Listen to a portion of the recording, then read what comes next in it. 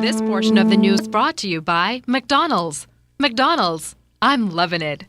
Pardus Ki Daak is set to undergo a multi-million-dollar transformation that will improve security at the facility and make it more appealing to the public. Cleopatra Murphy spoke with vendors today who will be impacted by these changes. Many vendors at Pardus Ki Daak are welcoming the transformation soon to take place at the facility.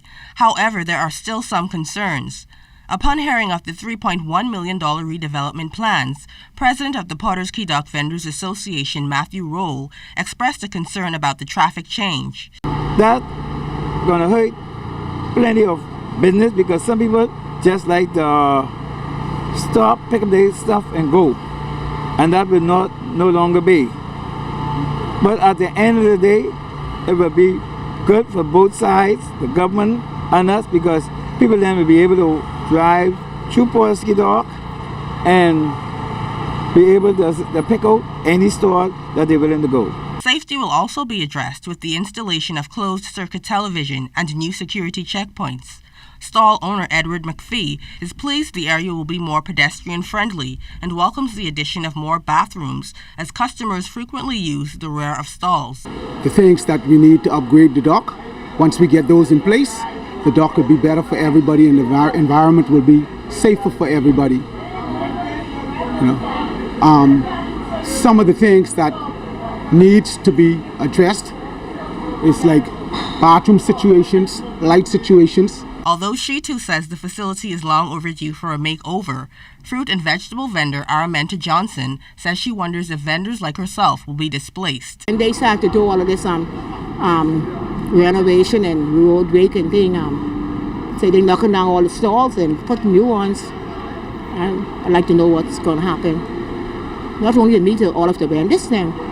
You know, where we going at? Because we still have to work.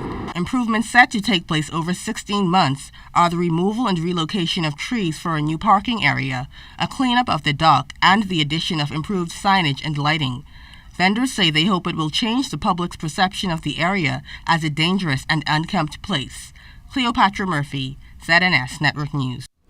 Thanks so much, Cleo. Have you gotten your Good Friday fish yet? Well, based on the height and volume of traffic around local fish markets, many of you have. Yesterday, ZNS News visited the popular Fresh Fit spot on Montague Ramp to see what you're buying this Easter. Here's Keisha Adderley.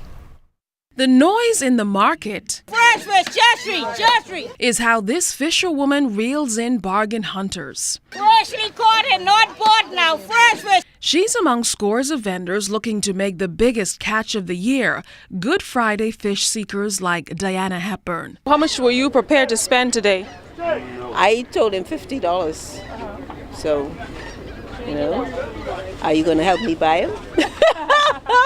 But there's more where they came from. Just ask Greg Brown. We have the famous mutton fish, and this is something like this. That's a beauty. Oh yes, and it can bake whole.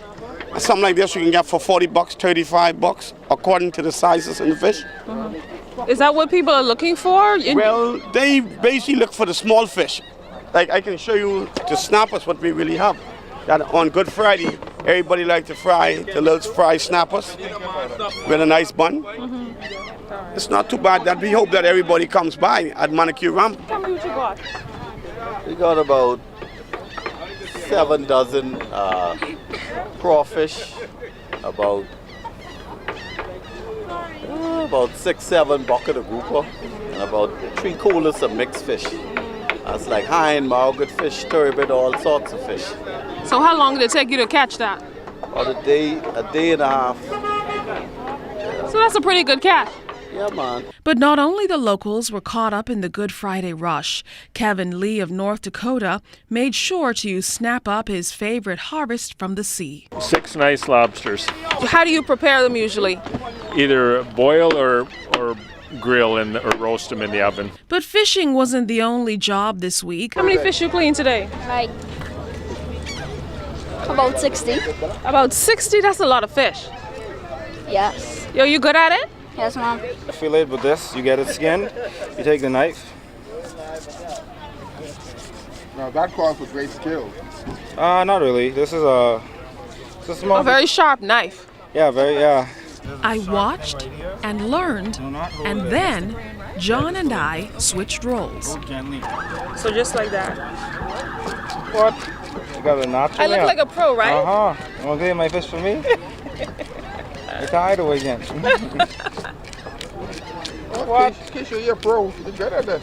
You want to beat me? Beat these fellas. So if I ever quit my day job, there you go. She got a job. Call Ms. Enterprise. Keisha Latterly, ZNS Network News. Well, I know who to carry my fish to when I need it clean. Keishla, I've got a kit for you. Get ready for that. Well, it's not the traditional Easter bun story tonight either, but it's a message that's in keeping with the season. Sweet Indulgence. It's a restaurant and bakery that used to be at the top of the hill, Mackey Street, until they closed down. And it was a popular spot for desserts, apparently in particular their guava cake. But one day the business was forced to close its doors. Now they're making a comeback. They're sharing a story that bears the Easter theme through and through. Clint Watson was invited to view the production line. Here's that story. The Easter story is about Jesus' crucifixion and triumphant resurrection. And like the Easter theme, one popular bakery looks to rise again. Owner of Sweet Indulgence, Cheryl Joaquin Alexander, is rebuilding her business, this time from home. Based in the Bahamas, we actually had to close our storefront. And in the last 4 years, basically, we have been really just trying to reinvent ourselves, look at the ways we were doing business and to try and improve those things, and really use the opportunity that we've been closed to better ourselves. This season, in addition to their traditional products, they're introducing a new bread product called the Golden Crown Bun and also Resurrection Rolls. We want to inspire people to know that at the end of every cross, there's a crown. And so we've developed the Gold Crown Bun and also the Resurrection Roll, because we are in the process of rising again. And with the hope that of the resurrection and the triumphant return of Jesus Christ, we can have hope that whatever burdens that we have to bear, that we can get a crown if we bear them well. When you purchase either the Gold Crown Bun or the Resurrection Bun from Sweet Indulgence, you're not only participating in the resurrection of this Bahamian business, but you'll also be giving back to the community, as part of the proceeds will go toward the Ranfley Home for Children. A number of the residents will be trained in the production of these creations, and they will be able to make a few dollars.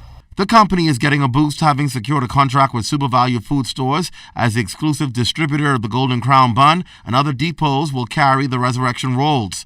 Offering advice to others seeking to revive business, Joaquin Alexander suggests considering 3 options. You can either faint, you can fight, or you can flight. And I'm learning what it takes to make that flight again. And some of the things is that you need to really look within yourself to see what is it that you were supposed to learn. Clint Watson, ZNS Network News.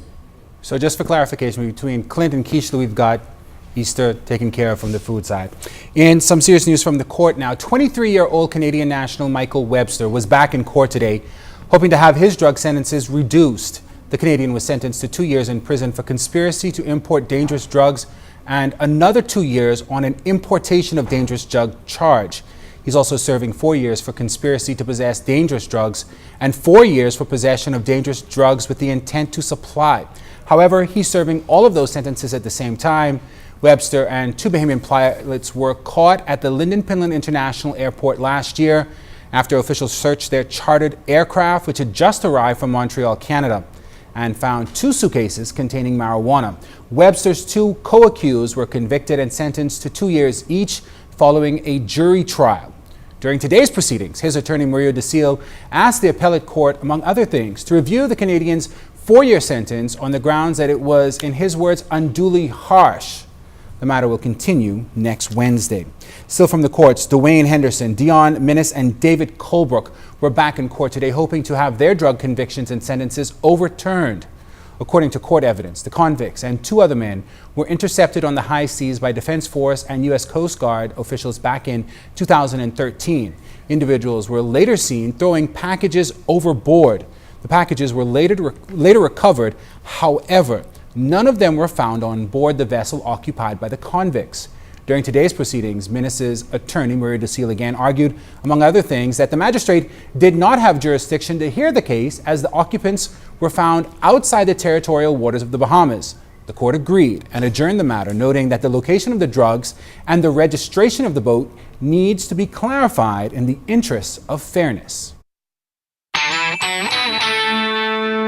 This portion of the news was brought to you by McDonald's. McDonald's, I'm loving it.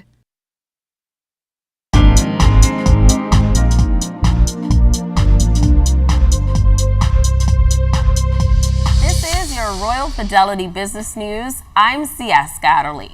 Royal Bank of Canada's wealth management subsidiary in the Bahamas is reportedly caught up in tax fraud and money laundering allegations involving billionaire international art dealer Guy Wildenstein.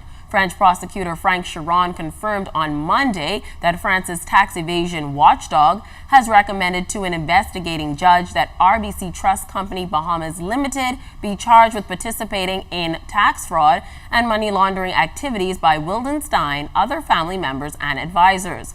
A second offshore tax haven, Northern Trust, in the Guernsey Islands has also been named in the proceedings. The prosecutor alleges that RBC Trust Company held in trust part of the inheritance from the estate of Wildenstein's father, who died in 2001. In other business news, the Bahamas International Securities Exchange is announcing that the Royal Fidelity Bahamas International Investment Fund applied for 2 additional sub-funds on the exchange's mutual fund listing facility. These sub-funds have been approved for listing by the BISIC's Listing Committee and will now have their information disseminated via the BISIC's website. Royal Fidelity Bahamas International Investment Fund High Yield Income Fund and the Royal Fidelity Bahamas International Investment Fund Alternative Strategies Fund are open-ended investment funds. And in international news, manufacturing and jobs are picking up in the Eurozone thanks to the weaker euro. Markets Purchasing Managers Index for the manufacturing sector rose to a 10-month high of 52.2 in March as Eurozone factories benefited from the weaker currency. It is the 23rd consecutive month that the index has been over 50, indicating growth rather than contraction. Companies created jobs at the quickest pace for 3.5 years. This has been your Royal Fidelity Business News. I'm C.S. Scatterly.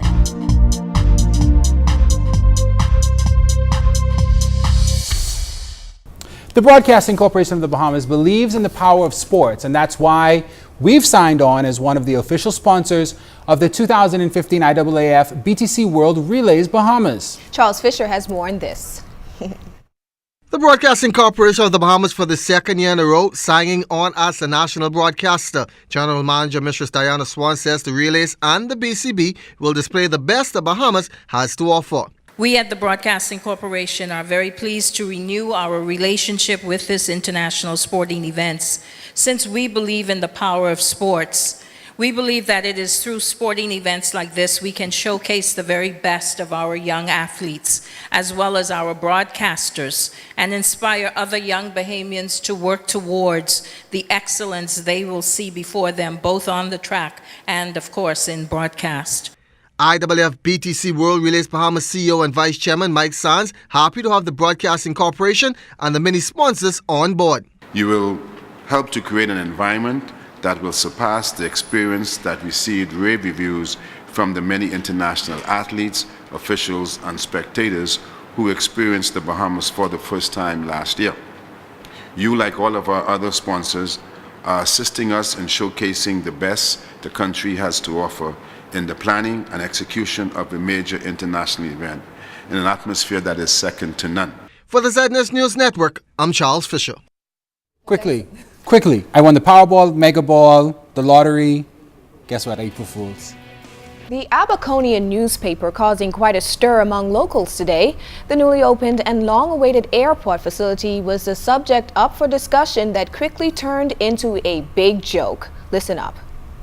Not every April Fool's catches you out hook, line, and sinker, but some online viewers of the Abaconian went bananas after an article was published claiming that the newly opened airport on the island had been condemned and was set to be demolished. It's an April Fool's joke that even caught our ZNS News team off guard at first, but before we fell in, we decided to do some digging on the so-called internationally renowned airport consultant by the name of Adam Finkel.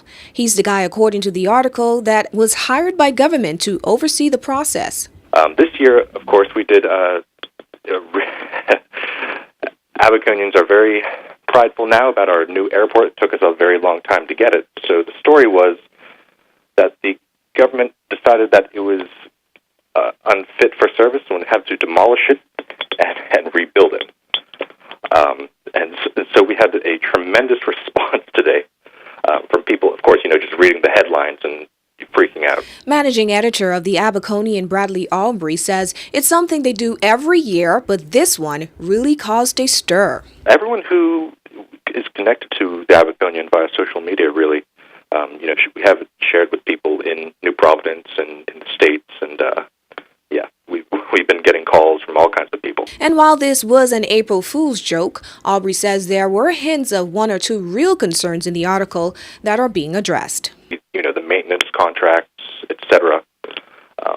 We keep getting the line that the government doesn't have the money to make sure everything's stocked and staffed properly. But obviously, it's just a matter of the budget, because we're looking at a nearby freight facility that's being built that no one really wants or understands, but that's a couple $1 million right there. So I use stories, the April Fool stories, they're funny, but I also try and point at some real issues.